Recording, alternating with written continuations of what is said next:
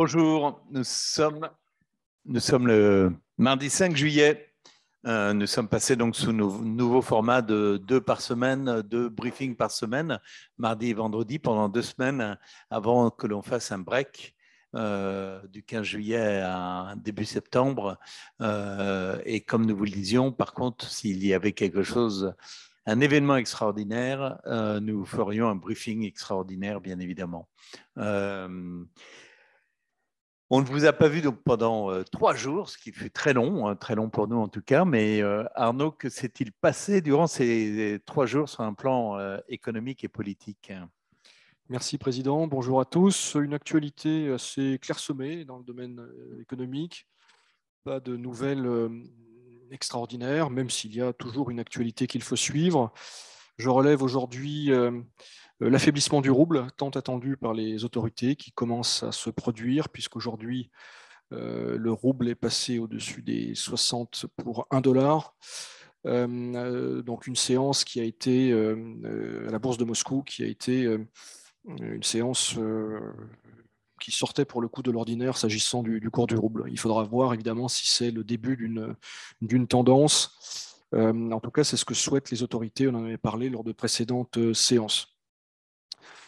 Autre chiffre, la production industrielle qui a reculé de 0,2% en mai par rapport à avril, ce qui est assez limité. Et beaucoup d'observateurs russes estiment que les industries de défense contribuent très largement à ce choc pour l'instant limité qui sans doute cache une diversité de situations dans les secteurs de l'économie.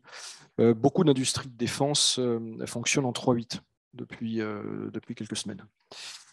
L'indice PMI Russie donc pour le secteur des services, qui a été publié hier, et qui passe au-dessus des 50 points, 51,7 contre 48,5 en mai. C'est intéressant, là aussi, il faut rester prudent. Il faudra voir si c'est un rebond technique, entre guillemets, ou si c'est porteur de plus d'optimisme. Enfin, une déclaration qui fait couler beaucoup d'encre à Moscou, en tout cas dans les cercles industriels russes. Vladimir Potanine, qui, dans un entretien accordé à RBK, s'est déclaré ouvert à une réflexion, en tout cas sur un rapprochement avec Roussel. On se souvient de la féroce bataille d'actionnaires qui avait opposé les deux hommes il y a une douzaine d'années. Je ne suis pas sûr que le dossier aboutisse. Je ne suis pas sûr d'ailleurs que les deux hommes soient prêts à se réconcilier, mais en tout cas, c'est un signal assez étonnant. Dans le domaine politique et de la société russe, une nouvelle tout à fait récente, puisqu'elle est tombée il y a quelques minutes, la Douma d'État qui a adopté en troisième et dernière lecture une loi qui accorde le statut d'ancien combattant au personnel civil qui participe à l'opération spéciale en Ukraine, notamment les médecins, mais également d'autres personnels civils. Parmi les autres nouvelles, toujours liées à l'Ukraine, la nomination de M. Elissiev à la tête du gouvernement de la région de Kherson en Ukraine. Un profil intéressant, quoique peu surprenant. C'est un officier du FSB qui travaillait jusqu'à présent à Kaliningrad, une région dont on a parlé récemment. Parmi les sujets dont on parle en Russie, y compris sur les réseaux sociaux, c'est l'interpellation d'Ivan Fedotov, qui est le gardien de l'équipe nationale russe de hockey sur glace, qui avait signé un contrat pour rejoindre une équipe américaine et qui a été arrêté et qui devra effectuer son service militaire. Les autorités russes estiment qu'il cherchait à se soustraire à ses obligations militaires. Voilà, en quelques mots, Président, ce qu'on pouvait dire aujourd'hui. Merci Arnaud. La déclaration de M. Potanine est effectivement étonnante. Igor, sur un plan diplomatique, que s'est-il passé? Merci Président, bonjour à tous. Sur le processus diplomatique, pas grand-chose. J'ai relevé 2 principales informations. Tout d'abord, du côté du Vatican, le pape a accordé une interview hier à l'agence Reuters dans laquelle il déclare vouloir faire se rendre à Moscou et à Kiev afin de servir, je cite, la cause de la paix. Cela dit, il n'envisage pas ce déplacement avant la fin du mois de juillet, si jamais ce déplacement intervient. Sur le processus diplomatique lui-même, encore donc la seconde nouvelle, c'est la déclaration du porte-parole du Pentagone, M. John Kirby, qui a déclaré dimanche que les États-Unis ne forceraient pas les Ukrainiens à négocier avec la Russie. M. Kirby a déclaré, je cite, que c'est au président Zelensky et à lui seul de décider comment proclamer la victoire, quand et selon quels termes définir cette victoire. Donc, fin de citation. Autrement, il a été question évidemment de la conférence de Lugano sur la reconstruction de l'Ukraine, conférence qui s'est ouverte hier en Suisse. On relève notamment l'estimation du Premier ministre ukrainien, M. Shmyhal, quant au coût du chantier de reconstruction. Selon lui, ce coût s'élève à 750 milliards de dollars.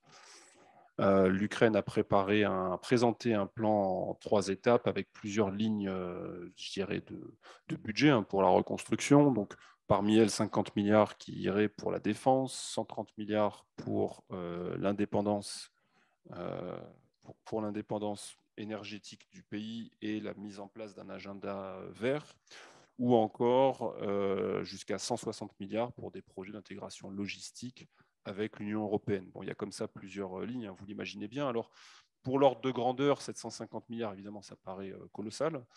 À titre de comparaison, en ce qui concerne la reconstruction de la Syrie, on estime que, c'est les chiffres de l'ONU, mais qu'à l'issue de près de 10 ans de guerre civile en Syrie, pour ne pas parler de guerre entre différents acteurs régionaux, le chantier était estimé à une fourchette qui est entre 450 et 600 milliards de dollars. Donc, on voit que l'Ukraine, en 4 mois, on est à 750 milliards.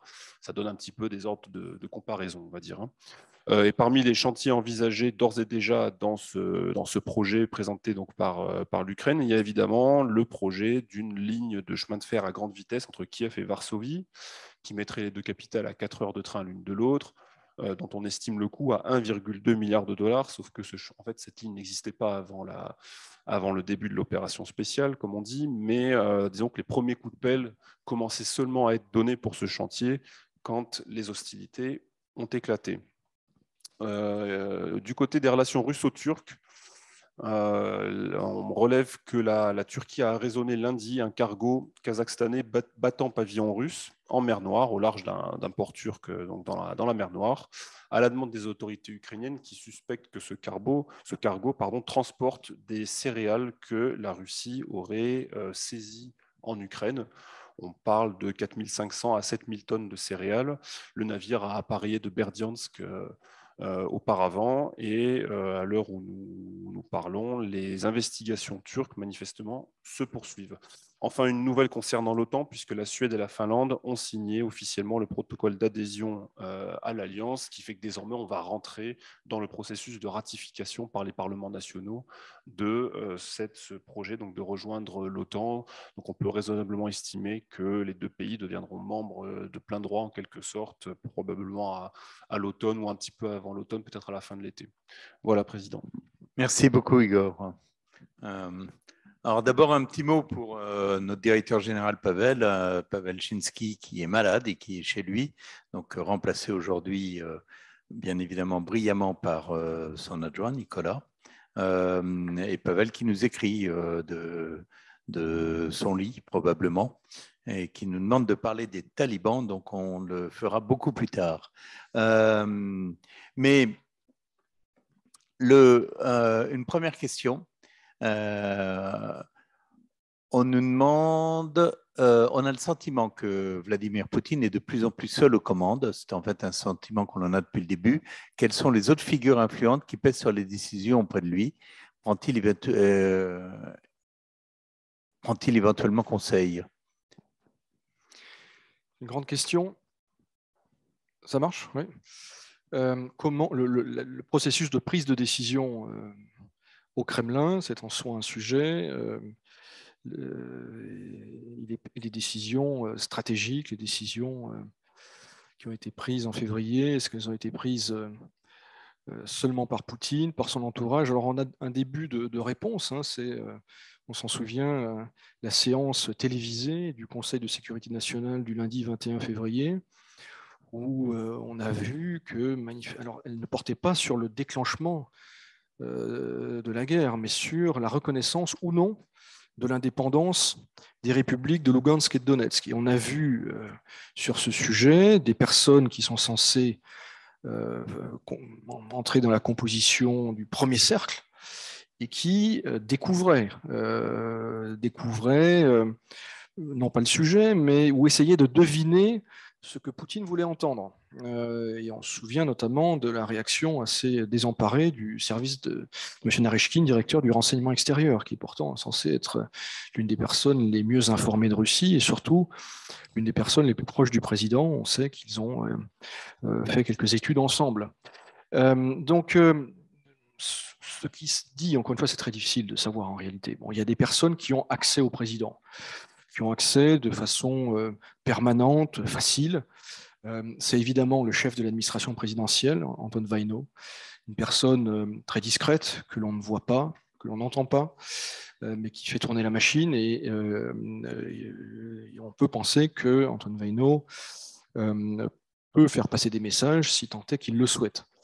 On sait depuis peu que l'adjoint d'Anton Vaino, Sergei Kirienko, a lui aussi cette possibilité de joindre le président jour et nuit. C'est vrai depuis quelques semaines, et notamment depuis qu'il se rend régulièrement dans le Donbass. Et encore une fois, dans l'échelle du pouvoir à Moscou, l'accès direct au président ou l'accès immédiat au président, c'est rare et ça a beaucoup de valeur. Donc on peut considérer que, mais on en a parlé dans ces briefings, que M. Kirienko, depuis qu'il s'occupe du Donbass, et pas seulement du Donbass, des territoires, des régions de Zaporogie, Kherson et même Kharkov qui sont tenus par la Russie et qui seront gardés, je pense, par la Russie, eh bien, ça lui a valu un regain d'influence certain. Sur les questions militaires, peut-être, et même sûrement, Sergei Shoigu, le chef d'état-major.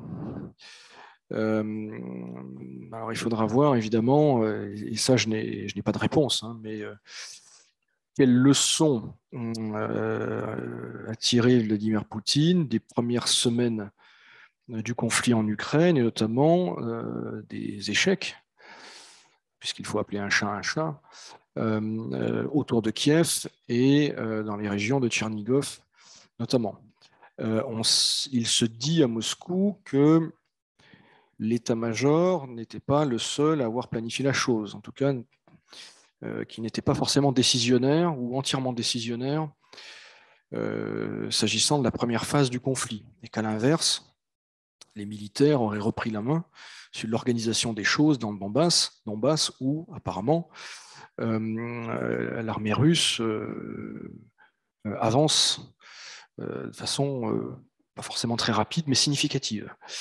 Donc, on peut penser que les choses sont fluctuantes en réalité, hein, que certaines personnes avaient l'oreille du président en février, l'ont un peu moins aujourd'hui. De façon générale, il est assez probable, et surtout depuis le Covid, que Vladimir Poutine voit moins de gens, moins de personnes extérieures. Et donc, on peut penser qu'il prend ses décisions de plus en plus seul, pas seulement sur ces sujets-là. Mais je pense que ce sont les seuls sujets qui l'intéressent vraiment. Sur les autres, et ça on l'a constaté depuis de nombreux mois, il délègue beaucoup ou s'en désintéresse. Mais on a constaté cette solitude effectivement depuis le Covid. On le ressentait déjà à l'époque. Oui, il faut rappeler, parce que ce n'est pas forcément connu de tous nos auditeurs français, que les personnes qui souhaitaient, alors je ne sais pas si c'est encore en vigueur, peut-être, mais les personnes qui souhaitaient rencontrer le président étaient soumises à un confinement réel de 14 jours. Quand je dis réel, c'est avec un officier du FSO devant la porte. Dans la suite de cette question, il y a un petit rigolo qui demande comment fonctionne l'accès au président Kidé. Alors, c'est très, très simple, il suffit de l'appeler. Autre question qui n'a rien à voir, la France est-elle prête à ratifier l'entrée de la Suède et de la Finlande dans l'OTAN?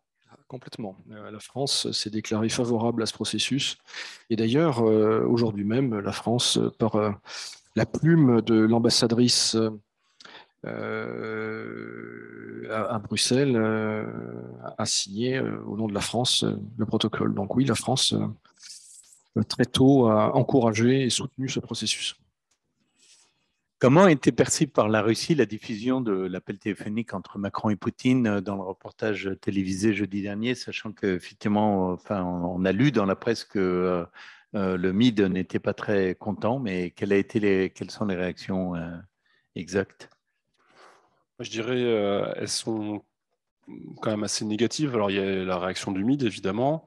Je ne crois pas en avoir vu passer beaucoup d'autres. Peut-être que M. Peskov a dû faire une sortie sur cet élément, mais je n'ai pas la formule exacte. Évidemment, sans doute, c'était d'abord la surprise, une surprise de plus après déjà je me souviens la diffusion dans le journal du Monde d'échanges qui étaient reproduits, en fait, d'échanges téléphoniques entre les deux présidents. Donc oui, une réception plutôt, on peut l'imaginer, assez négative, mais qui n'était pas non plus assourdissante. Enfin, il n'y a pas eu un battage médiatique sur ça non plus, outre mesure. Donc voilà. Si je puis me permettre, encore une fois, je suis totalement d'accord avec ce que vient de dire Igor. S'il n'y a pas eu, à mon avis, de battage médiatique au-delà des réseaux sociaux, c'est que je pense que la Russie n'attend plus grand-chose de la France dans le dossier ukrainien, en tout cas à ce stade. Lors du premier épisode, c'est-à-dire des fuites dans le journal Le Monde, le Kremlin avait jugé bon de préciser qu'elle ne croyait pas le président Macron lui-même à l'origine de ces fuites.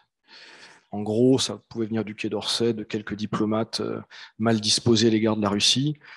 Évidemment, avec des caméras dans le bureau présidentiel, ce distinguo n'est plus vraiment d'actualité. Donc la question qui se pose, c'est est-ce que sur des sujets importants, et en l'occurrence la guerre et la paix en Ukraine, le Kremlin reparlera à Emmanuel Macron, et dans quelles conditions en tout cas? Est-il envisagé une partition de l'Ukraine à la Berlin 45? Une partition de fait est en train de s'établir en réalité. Donc, on évoque souvent dans la presse, d'ailleurs, ou même dans des travaux de chercheurs occidentaux, un scénario à la coréenne, c'est-à-dire un cessez-le-feu, mais pas d'accord de paix, mais quelque chose qui tiendrait durablement avec une partition de fait. Ça paraît assez réaliste, en tout cas. Parmi les scénarios que personnellement j'exclus, mais je peux me tromper, celui d'un accord de paix, parce que je ne crois pas que l'Ukraine acceptera de reconnaître la perte de territoire, et je ne pense pas qu'on puisse lui demander de ce type de concession. Je ne crois pas un instant à l'hypothèse d'un retrait russe des territoires aujourd'hui contrôlés par Moscou. Par contre, à un moment, il est possible que la Russie, ou plus vraisemblablement l'Ukraine, considère qu'il n'est plus possible de continuer le combat, et donc un cessez-le-feu s'instaure. Et il y aura une partition de fait, avec des territoires qui échapperont au contrôle de Kiev, comme c'est le cas de la Crimée depuis mars 2014 et d'une partie du Donbass depuis la fin 2014. Alors justement, on a une question là-dessus, l'un de nos auditeurs qui nous dit que Zelensky aurait avancé qu'il serait prêt à accepter que les territoires acquis par la Russie restent acquis à la Russie, sous réserve que l'Ukraine puisse rentrer dans l'Union européenne. Avez-vous entendu ça? Non, je n'ai pas entendu ça. Ce que j'ai entendu, on entend plusieurs choses de Zelensky et d'autres responsables ukrainiens, parfois même de Zelensky lui-même, des versions différentes. C'est soit la reconquête totale, y compris la Crimée, soit un retour à la situation qui prévalait le 24 février. Mais céder quoi que ce soit d'autre, je ne l'ai jamais entendu de la part de responsables ukrainiens, mais peut-être qu'Igor a de plus grandes oreilles que moi. Non, je crois que c'est effectivement des rumeurs qui circulent, mais je n'ai pas vu de source en fait, qui permettent de réellement corroborer ce qui est donc une rumeur relayée sur les réseaux sociaux. Je suis tout à fait d'accord avec l'idée que aujourd'hui, si Zelensky se déclarait publiquement qu'il est prêt à faire tirer un trait, j'allais dire, sur les territoires que la Russie contrôle aujourd'hui, Kherson, etc., je ne suis même pas certain qu'il en réchapperait nécessairement, d'ailleurs, physiquement, de cette déclaration. Je veux dire, il n'y a pas de consensus, à mon avis, en Ukraine sur quelle est la moins mauvaise solution. Je ne parle même pas de bonne solution, mais moins mauvaise solution pour geler la situation sur le terrain. Effectivement, ça a été rappelé, ce qui sert de ligne de direction, c'est le retour à minima sur les positions du 24 février. Les plus belliqueux, entre guillemets, parlent de reprise de contrôle de la Crimée, mais faire une croix sur les territoires, aujourd'hui, je crois que publiquement, c'est difficile d'évoquer cette posture. Ce qui entraîne notre question suivante, que se passera-t-il si Zelensky n'a aucune base valable pour déclarer la victoire? En fait, comment Zelensky peut-il déclarer la victoire? En fait, effectivement, j'ai souri lorsque Igor a évoqué la déclaration de John Kirby sur sera à Zelensky de choisir le bon moment pour proclamer la victoire. Il est possible qu'il n'ait pas de victoire à déclarer, de victoire réelle. Alors, d'où d'ailleurs les victoires symboliques qui sont importantes, hein, parce que la politique, c'est fait aussi de symboles, surtout en temps de guerre. Donc, l'île aux serpents, voilà. Mais ce à quoi, évidemment, nous devons réfléchir, quand je dis nous, ce sont les Occidentaux, apparemment, cette réflexion commence. Hein, et je note que certains think tanks britanniques qui étaient plutôt va-t-en-guerre, plutôt optimistes sur l'Ukraine, des centres de recherche d'ailleurs parfois rattachés au ministère britannique de la Défense, depuis quelques jours, reprennent ce qu'on entendait aux États-Unis il y a 15 jours, 3 semaines. C'est-à-dire, en tout cas 15 jours, pas 3 semaines, des indiscrétions attribuées à l'entourage de Joe Biden, auxquels on attribuait des propos plutôt pessimistes sur la possibilité pour l'Ukraine de récupérer les territoires perdus. Donc, ce à quoi il faut réfléchir, et ce n'est vraiment pas simple en réalité, c'est que se passe-t-il si la Russie l'emporte, en tout cas l'emporte dans le Donbass, ce qui paraît assez inévitable en réalité, et surtout si elle ne s'arrête pas ou s'il y a l'hypothèse qu'elle puisse aller plus loin. Que fait-on à ce moment-là et quelle porte de sortie pour Zelensky en priorité? Je rappelle qu'il y a quelques semaines, on parlait de ne pas humilier la Russie, d'une porte de sortie pour la Russie, certes, mais je pense que et je me répète, je pense que la question de la porte de sortie va se poser pour l'Ukraine et pour Zelensky. La question de la victoire, c'est déterminant parce que est-ce que, par exemple, un cessez-le-feu peut être considéré comme une victoire? Et si oui, sur quelle ligne de contact? On revient à la question du 24 février, donc la situation hantée qu'on évoquait tout à l'heure. La perspective européenne, qui a été donc actée lors du dernier sommet de l'UE, en soi est déjà une forme de victoire politique que, évidemment, le président peut promouvoir auprès de son opinion publique. Bon. Il y a d'autres travaux en ce moment qui sont faits autour de la question des garanties de sécurité. Là aussi, si les Ukrainiens, avec leurs sponsors et partenaires et alliés, arrivent à mettre en place un système de sécurité, on va dire, autour de l'Ukraine, ça pourrait être présenté aussi comme une forme de victoire et peut-être contribuer à une désescalade. Mais la victoire telle qu'on peut l'imaginer, à savoir effectivement de refouler l'armée russe des territoires qu'elle a pris sous son contrôle depuis le 24 février, donc une victoire au sens vraiment militaire du terme, aujourd'hui, ça paraît objectivement assez difficilement atteignable. Ce qu'on relève, quand je dis on, c'est pas forcément l'observatoire, ce sont des observateurs français, de très bons connaisseurs de la chose militaire, qui publient d'ailleurs sur les réseaux sociaux leurs observations, c'est que pour l'instant, en tout cas, restons prudents. Et s'il y a bien une chose qu'on a apprise depuis le 24 février, c'est qu'il faut rester prudent. Pour l'instant, les livraisons d'armes occidentales ne changent pas la donne sur le terrain. Alors, en tout cas, en termes de rapport de force, ce qui peut changer, effectivement, c'est la longe. On observe par exemple que Donetsk est plus frappé qu'avant, mais ça n'empêche pas, pour l'instant en tout cas, les avancées russes. Alors, qu'est-ce que l'Ukraine, en fait, la question, là je réfléchis à voix haute en réaction à ce que vient de dire Igor, en l'absence de perspective militaire réaliste, d'une victoire envisageable, quelle sorte d'autres victoires l'Ukraine pourrait faire valoir, en tout cas Zelensky pourrait présenter à son opinion publique pour faire passer ce qui sera forcément une défaite militaire à un degré qu'on ne connaît pas encore, et une amputation territoriale. Donc il y a effectivement la perspective européenne, même si elle est lointaine, et puis il y a ce qu'on discute ces jours-ci à Lugano, c'est-à-dire un plan Marshall où des dizaines, voire des centaines de milliards qui seraient déversés en Ukraine. Et certains observateurs américains disent, voilà, l'Ukraine, la victoire de l'Ukraine, c'est d'abord de limiter la casse, ce qui veut dire arrêter les hostilités le plus tôt possible et passer à la phase de la reconstruction le plus tôt possible, avec beaucoup d'argent occidental.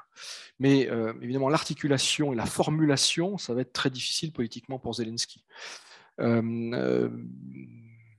ça veut dire une cession de terrain. Oui, mais qui ne sera pas acceptée. Enfin, il peut y avoir un cessez-le-feu, une situation de fait qui va émerger, une partition en réalité, mais l'Ukraine ne reconnaîtra pas ça, ce qui ne veut pas dire que dès le lendemain, elle va préparer la revanche. Mais ce qui est une hypothèse possible, hein, encore une fois, il y aura même sûrement des appels après le cessez-le-feu, il y aura un jour un cessez-le-feu.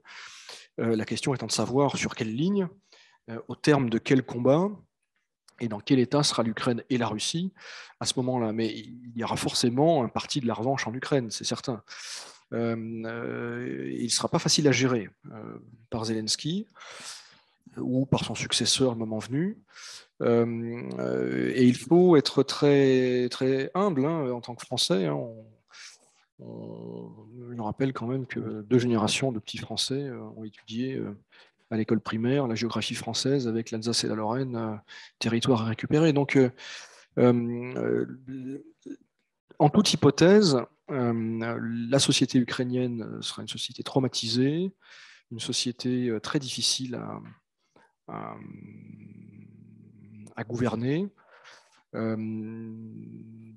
Et on ne peut pas exclure, encore une fois, qu'il y ait des appels à une revanche militaire. Il est probable aussi que l'avenir de l'Ukraine ne soit pas, en tout cas que les perspectives les plus florissantes de l'Ukraine ne soient pas dans la revanche militaire.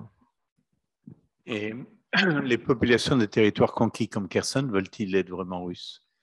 Personne n'en sait rien. Ce que l'on sait en revanche, à la lecture des sondages qui avaient été effectués avant le 24 février, depuis 2014, il y a eu de très bons sondages effectués notamment par le CMIS, qui est l'équivalent, ukrainien du Centre Levada, un centre de sondage et sociologie extrêmement sérieux, performant, autour du professeur Pagnotto et Hermelko, et qui avait à l'époque, en 2014, au moment du déclenchement des événements dans le Donbass et après la Crimée, fait des sondages justement dans tout le sud-est. Et il montrait en réalité que, mis à part Lugansk et Donetsk, il n'y avait pas de sentiment irrédentiste, séparatiste ou irrédentiste. Et même à Lugansk et Donetsk, ce n'était pas majoritaire au début. Donc, est-ce que ça a changé depuis? Je ne pense pas. Je pense qu'il faut faire la part des choses entre une pratique linguistique russophone, peut-être une méfiance, en tout cas en 2014, par rapport à Maïdan, et la volonté de rejoindre la Russie et de vivre au sein de l'État russe. Ce n'est pas la même chose. Ce qu'on peut penser aussi, c'est qu'à l'image de ce qui s'est produit dans le Donbass en 2014, une partie, en tout cas des Ukrainiens qui ne souhaitent pas vivre en Russie, quitteront ces territoires. Les éléments les plus hostiles à la Russie, qui se trouvent aujourd'hui dans les territoires conquis par l'armée russe, on peut penser que ceux, en tout cas, qui en ont la possibilité, les quitteront. Donc il n'est pas certain que la question du maintien de l'ordre se pose vraiment, mais connaître la part des partisans aujourd'hui, de la partisan de l'entrée dans la Russie, de la minorité silencieuse et attentiste qui finalement n'espère que la tranquillité, et en soi ce n'est pas forcément un mauvais objectif, et ceux qui sont favorables au maintien de l'Ukraine, c'est très difficile à savoir. Il y a différents chiffres qui circulent sur les réseaux sociaux, mais souvent au service de narratifs divers et variés. Merci. Arnaud et Igor, pour vos analyses sur la victoire et le sentiment des Ukrainiens dans les territoires conquis. C'était vraiment très intéressant ce que vous venez de dire tous les deux pendant un quart d'heure. Est-ce qu'on a évalué les 750 milliards, en tout cas les Ukrainiens ont évalué 750 milliards. Est-ce que les Russes ont évalué le coût le coût de la reconstruction sur ce qu'ils ont pris, donc sur les territoires pris? Parce que ça sera de toute façon plusieurs centaines de milliards aussi. Il est probable que l'évaluation est en cours. Alors après, elle est fluctuante, puisque l'armée russe avance, les destructions se multiplient, et donc la note, objectivement, va croître aussi. On peut penser que les évaluations sont faites. Évidemment, ce n'est pas le genre de chiffre que la Russie, que le gouvernement russe va proclamer ouvertement, parce que c'est pas très populaire en Russie. Enfin, l'idée de payer une reconstruction, au-delà des sentiments que les uns et les autres peuvent avoir, si on annonce 100 milliards, 200 milliards, 500 milliards, enfin des chiffres comparables à ce que demandent les Ukrainiens à l'Union européenne, on ne peut pas exclure qu'une partie des citoyens russes se pose la question du coût et de l'opportunité de tout ça. Tout ce qu'on sait, c'est qu'on regarde l'histoire. D'abord, la Crimée leur a coûté très cher. Et si on regarde l'Allemagne, ça a coûté je ne sais plus combien de centaines de milliards d'euros aussi. Oui, il y a les coûts directs de reconstruction, et puis il y a le coût induit par tout ce qui s'est passé depuis le 24 février, sanctions et tout le reste.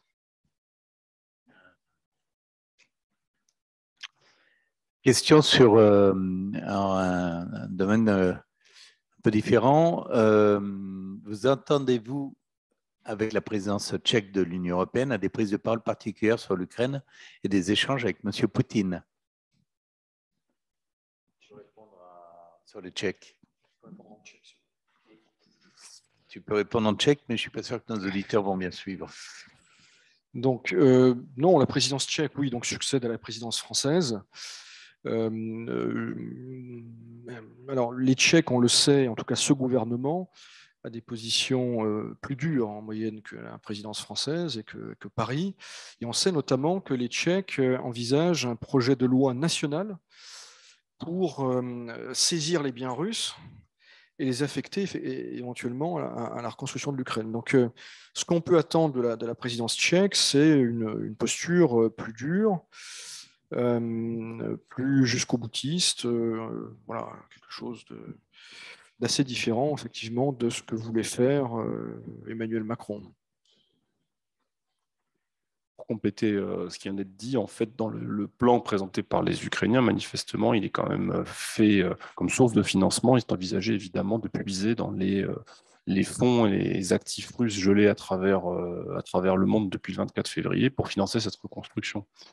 Ça, c'est une position qui fait évidemment pas l'unanimité au sein des sponsors de l'Ukraine. Alors, comme le dira Arnaud, il y a des pays qui sont plus sensibles à cette option que d'autres. Mais cela fait partie des ressources envisagées. L'autre source étant manifestement le fait que les Ukrainiens comptent sur une croissance d'une moyenne de 7% par an dans les 10 ans à venir pour aussi alimenter le chantier et donc financer ce chantier qui est colossal. Il y a un vrai problème juridique de saisir les biens pour refinancer la reconstruction de l'Ukraine. Il y a un vrai problème juridique du droit à la propriété. On nous demande aussi, peut-on imaginer que la Russie crée un État souverain indépendant des territoires conquis, créant ainsi un tampon entre les pays de l'OTAN et la Russie?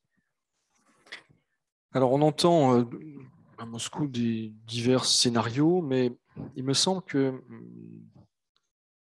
la Russie a passé cette étape des républiques. Je pense que le moment venu, il y aura une clarification définitive, ou qui se voudra définitive, entre guillemets. Enfin, la création de républiques ou d'une république de Tauride qui serait une sorte de Crimée élargie à la région de Kherson et au sud de la région de Zaporizhia, ça a circulé, mais c'est jugé peu crédible parce que ça a tous les inconvénients sans aucun avantage finalement.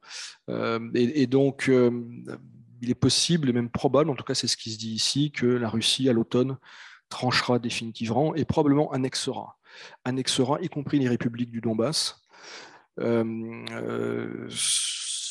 ne sera évidemment pas reconnu par l'Ukraine ni par les Occidentaux, mais ça aura probablement l'avantage de la clarté et surtout de signifier aux Ukrainiens et aux autres que la Russie considère ces territoires comme faisant partie de la Russie, et donc que toute attaque contre ces territoires, toute éventuelle revanche, contre-offensive, sera désormais considérée comme une attaque contre les territoires russes. Je pense que ça compte aussi. Sur la saisie des biens russes, alors il paraît-il qu'il y a une décision du Canada aujourd'hui qui est d'utiliser les biens confisqués pour financer la reconstruction de l'Ukraine. Je ne sais pas, je n'ai pas entendu, vous l'avez entendu? C'est juste une déclaration pour l'instant? Oui, il y a diverses déclarations, mais à ma connaissance, ce n'est pas une décision. D'ailleurs, le Canada étant jusqu'à preuve du contraire un état de droit, je serais curieux de voir comment ils envisagent de faire les choses. Parce que beaucoup encouragent, nous dit notre auditrice, exhorte les États-Unis, l'Europe de faire pareil. Il y a un vrai problème juridique. Est-ce réaliste? Moi, j'y crois pas parce qu'il y a un vrai problème juridique de fond et constitutionnel de la saisie de biens. C'est une saisie de propriété privée et constitutionnellement, je ne vois pas comment l'Union européenne peut accepter cela. Je ne connais pas la constitution canadienne. On va passer sur un autre registre. On nous demande, connaissez-vous des personnes qui ont franchi la frontière russe en voiture avec un visa touristique alors que le site des AE dit que c'est impossible? C'est quoi les AE? Et c'est pas possible, tu dis?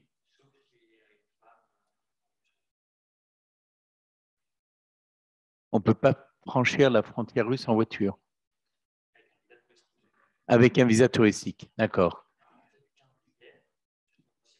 Ah ben voilà, donc la rumeur dit que ces restrictions pourraient être levées au 15 juillet, c'est vrai. C'est ça? D'accord, donc voilà, vous avez raison, monsieur. Ou madame, d'ailleurs, je ne sais pas. Mais vous avez 10 jours à attendre, comme le fait remarquer si bien Arnaud. Autre question. Vos briefings qui sont toujours pertinents, sérieux et bienveillants. Merci beaucoup, madame. Ma question va peut-être intéresser d'autres binationaux qui se retrouvent dans la situation où leur compte bancaire a été suspendu et ce, sans explication. Je comprends qu'il n'y a pour le moment de procédure particulière à suivre à part à m'adresser au régulateur. La banque ne répond plus à mes sollicitations écrites. Selon vous, quelle est la probabilité que mes fonds soient prélevés pour refinancer l'Ukraine? La totalité des justificatifs avait été présentée. Je ne figure pas non plus sur la liste des personnes à sanctionner. Il y a peut-être d'autres Français travaillant en Russie qui auraient besoin de soutien pour pouvoir travailler en toute dignité et faire des virements en France sans problème. Je suis désolé pour ce long partage d'expérience. Par avance, je vous remercie de vos conseils. Non, en fait, on n'a pas le droit de saisir... en France, on n'a toujours pas le droit de saisir votre avoir, surtout pour financer l'Ukraine. C'est-à-dire que la banque n'a pas le droit de le prendre. Elle a le droit de fermer votre compte en banque. Si vous êtes binational, ça veut dire que vous êtes aussi française, enfin, j'imagine. Il y a un droit au compte en France. Donc, si vous allez à la Banque de France, vous pouvez exiger qu'on vous ouvre un compte. D'ailleurs, ça peut être dans la même agence. C'est vous qui désignez l'agence dans laquelle vous souhaitez avoir un compte en banque. Le seul problème, c'est qu'après, il est très difficile de le faire fonctionner. Donc, je ne vous conseillerais pas de demander dans la même agence. Mais le droit au compte est réel en France. Et tout le problème, c'est de le faire fonctionner. Mais là, vous pouvez en tout cas envoyer votre argent sur le nouveau compte que vous aurez créé. Et une fois encore, on ne peut pas vous prendre les fonds. Ce sont les vôtres et personne ne peut vous les saisir. Selon quelle constitution me demande-t-on? La constitution française. Et on me demande encore si c'est bon à partir du 15 juillet, je dis oui. Alors, on nous dit que sur le Canada, ils ont légiféré. Alors, j'en sais rien. Vous n'avez pas vu... Bon, on ne l'a pas vu. Alors, vous nous avez envoyé un lien, mais on ne peut pas ouvrir les liens. Donc, je ne sais pas. On verra ça pour le prochain briefing, si effectivement il y a une législation en la matière. Mais voilà, on n'a plus de questions. On vous remercie beaucoup. On avait des questions de Pavel, mais on ne va pas vous les lire parce que Pavel étant malade, il est encore pire que d'habitude. Et ma question, me dit quelqu'un. Attendez, parce que j'en ai raté une apparemment. Mais je ne sais pas quelle était votre question, Fabrice, je ne la vois pas.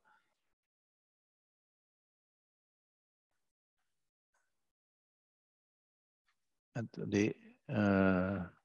Pavel réagit, mais il est toujours fatigué. Mais par contre, Fabrice me dit ma question, mais je suis désolé, je ne trouve pas votre question. Sur les systèmes informatiques, pardon. Oui, effectivement, on a une question sur les systèmes informatiques.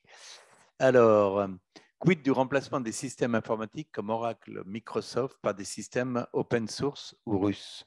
Ça, j'en sais rien du tout, on en est là-dessus. Pour l'instant, je sais que, par exemple, j'ai vu dans l'ancienne société pour laquelle je travaillais, on allait revenir à Microsoft 16 ou je ne sais pas quoi, enfin bref, une vieille version de Microsoft qui était autorisée. Je sais que Kaspersky est en train de développer un équivalent de Microsoft Office. Je ne sais pas si ça ne doit pas être encore prêt, mais ils disent même que ce sera mieux que Microsoft Office, c'est normal. Mais c'est tout ce que je sais pour l'instant. Pour la petite histoire, on a appris aujourd'hui que Kaspersky venait de recruter l'ancienne directrice générale de Microsoft Russie. Allez, conseil, j'ai pas entendu, excuse-moi. Kaspersky vient de recruter l'ancienne directrice générale de Microsoft en Russie. Ah oui, bah, oui. Donc, on nous demande si les 750 milliards incluent la reconstruction du Donbass. J'imagine que non, mais enfin, ils n'ont pas pu faire ça sur un territoire plus limité. Ils imaginent que c'est sur la totalité de leur territoire. Oui, ils incluent, je pense, évidemment les parties, l'Ukraine occidentale, etc., qui ont été frappées par des bombardements, la région de Kiev, etc. Alors, à mon avis, la Crimée n'est pas intégrée dans le calcul. De toute façon, la Crimée n'a pas été, comment dirais-je, sinistrée par des combats. Enfin, il n'y a pas grand-chose à reconstruire de ce point de vue-là en Crimée. Et sur le Donbass, je serais curieux de voir ce qu'ils ont intégré comme territoire, plus précisément. Je pense que c'est un chiffre, comment dire, au doigt mouillé.